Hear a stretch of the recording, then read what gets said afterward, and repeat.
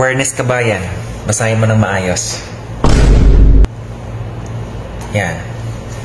Malinaw na malinaw. Totoo. Akala niya dahil lang sa bloating, dahil lang sa hyperacidity, dahil lang sa kabag, dahil lang sa kung ano-ano dyan ang naiisip niya, pero hindi niya alam. May colon cancer na pala siya. Disclaimer po ha, ito po ay purong impormasyon at hindi po ito medical advice. Pasintabi po kabayan ha, kung ikaw kumakain habang nanonood ngayon o kung ikaw maselan, huwag mong panoorin yung mga ganito. Ito po ay isang dumi na galing sa merong bukol sa colon. Okay. Kung kayo dumudumi ng ganito, Kabs, sipatin mo. Ayan ah. Ilang taon yung pasyente, sir? Ayan, 47 years old, lalaki.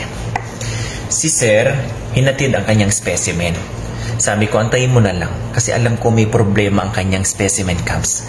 Sa CBC or complete blood count, lalaki ang pasyente, pero ang hemoglobin 9. Ang normal ng hemoglobin, Kabs, sa lalaki, 11.6 hanggang 16. Oh. So, layo, 9. Kabs, ito po ay napakagandang awareness. Nangyayari mismo sa laboratory, mismong pasyente, nakikita ko ang resulta na pwede kong i-disseminate para ikaw mabigyan ka ng warning, mabigyan ka ng paalala, ha? Diyan sa nararamdaman mo ngayon. Yung CBC, nagtaka na ako. Okay? Niran ko na lahat. Kidney, liver, heart, mga ganyan. Walang problema, Kabs.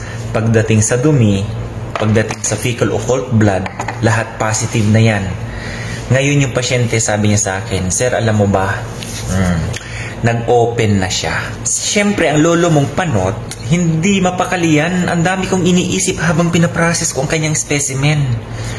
Tinanong ko siya, sir, pumayat ho ba kayo? Sabi niya, alam mo sa totoo lang, 85 kilos ako dati. Mga 5 months ago. Ngayon, 50 kilos na lang ako. Saan napunta yung 35, sir? Ito na nga. Kabayan, ang pagkakaroon ng colon cancer, base sa mga nabasa kong literature, nag-umpisa lang yan sa polyps. Maliliit na bukol, Kabs, okay? Na yan ay benign. Hindi pa yan cancerous. Pero kung ikaw na nanonood ngayon, ipinagpapatuloy mo pa rin yung kaugalian mo, yung nakasanayan mo na alam mo hindi maganda ang epekto, lifestyle, pagkain, lahat na. Kabs, baka yung maliliit na bukol na yan, lumalaki. Tandaan mo ha, kapag yung nandyan na polyps, wala pa yung mga sintomas karamihan na naitatala dyan sa mga literature na basa ko. Wala pang sintomas na nararamdaman yan. Okay, tuloy-tuloy mo yung ginagawa mo. Ayos na ayos, pakiramdam mo wala ka nararamdaman. Hindi mo alam meron ka palang pinapatubo dyan sa loob ng intestine mo. Lumalaki yan. Ngayon, kapag yan lumalaki, Kabs, paunti-unti mo nang nararamdaman yung sintomas na yan. Pag yan, ginawan ng biopsy at lumaki ng lumaki, Kabs, saka nagiging malignant, cancerous. Oh, diba? Diyan sa mga ganyan naman, Kabs, according sa studies naman, early detection ng mga ganyan ay talagang naaagapan yan. 90% Kabs natitreat yan agad. Kumbaga hindi natutuloy talaga yan. Kasi by stage yan eh. Okay? So, ano ba ang pinaka naramdaman ng pasyente? Kabs, eto lang ha. Totoong nangyayari sa pasyente. Dito bilang isang nagtatrabaho sa laboratory, ito ang specimen niya. Ito lang. Si sir, lagi niyang nakakaramdam daw na parang, alam mo yung parang hangin na lumalabas dyan, parang may nakabukol lang daw dyan sa kanyang tiyan. Ang akala niya bloated lang, puno ng hangin. Ayun lang, Kabs. Tapos, yung pananakit, hindi lang dito. Lumilipat daw. Ito, tandaan nyo, Kabs. Lalo na. Siyempre, depende naman sa tinubuan ng bukol. Pwede sa kanan or pwede sa kaliwa. Pero, sa kanya, dito sa may bandang kaliwa, lower, kapag yan nananakit, sinasabi ko sa inyo, kapag itong lower quadrant ng inyong abdomen, okay, dito banda ha, sa kaliwa, laging nananakit yan, brad, huwag mo nang tiisin yan, magpa-check up ka na. Sinasabi ko sa'yo. Sunod na nararamdaman ni sir, yung tipo ba daw na kapag dumudumi siya, parang feeling niya, May gusto pang lumabas pero wala naman na. So baka dahil na dun sa bukol na yun, na akala niya siguro dumi, ganyan.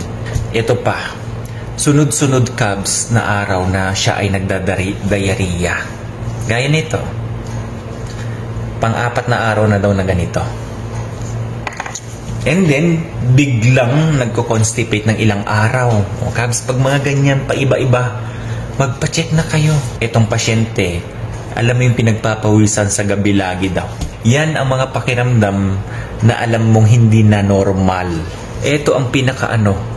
Kapag kayo may sumama ng dugo dyan sa inyong mga dumi, lagi kong sinasabi sa vlog ko to, tumakbo na kayo sa doktor para magpa-check up. Okay? Ang mga humahawak sa ganito, yung mga gastroenterologist Cubs, ha? Tandaan nyo Cubs, hindi ako, hindi si doktor ang nakakaramdam kung ano yung mga pagbabago sa inyong mga katawan, ha? Ikaw mismo. Totoo yan. Kaya kung kayo meron kayo nararamdaman, please pakiusap. Ngayon yung pasyente nagpakita sa akin ng resulta. Sir, anong ibig sabihin niyan? Ang ipinakita niya sa akin na resulta, ayan o. Carcinoembryonic antigen. At saka yung isinama na rin ng doktor yung test ng CA19-9. Alam nyo kung ilan ang value nito at sobrang taas. Sa akin, lagi kong sinasabihan yung mga pasyente na nagsasabi o nag-o-open sa akin ito na i-discuss mo. Marami ka dapat itatanong sa doktor mo para malaman mo kung ano yung nasa sitwasyon mo ngayon. Yan ako. Kaya hindi ko dinidiscuss yan sa harap ng pasyente kasi alam ko naman yung limit ko.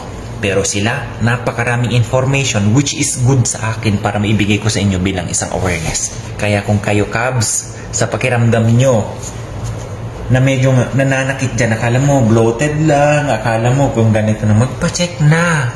Lalo na pabalik-balik yung ganyang nararamdaman mo. Okay? Para at least matukoy yan at malaman ng maaga. Maaga malaman, mas maaga matreat, mas maaga ma-cure. Okay? Ito na lang Cubs, isang halimbawa. Disclaimer po ha. Yung mga ganitong specimen, kahina-hinala na yan. Sa totoo lang. Sobrang dami ng nana, sobrang dami ng dugo, sobrang dami ng, alam mo yun. Mga ganito Cubs, parang bulok ang nandyan sa loob mo. Sa amoy pa lang, alam mo may problema. Okay? So Cubs, alagaan nyo po yung kalusugan nyo ha. Lalo na dyan yung mahilig kumain ng mga pagkain na walang fiber. Oo, totoo yan. Malaki na itutulong yan Cubs. Kung ikaw nakasedentary ka lagi, mag-exercise, galaw-galaw.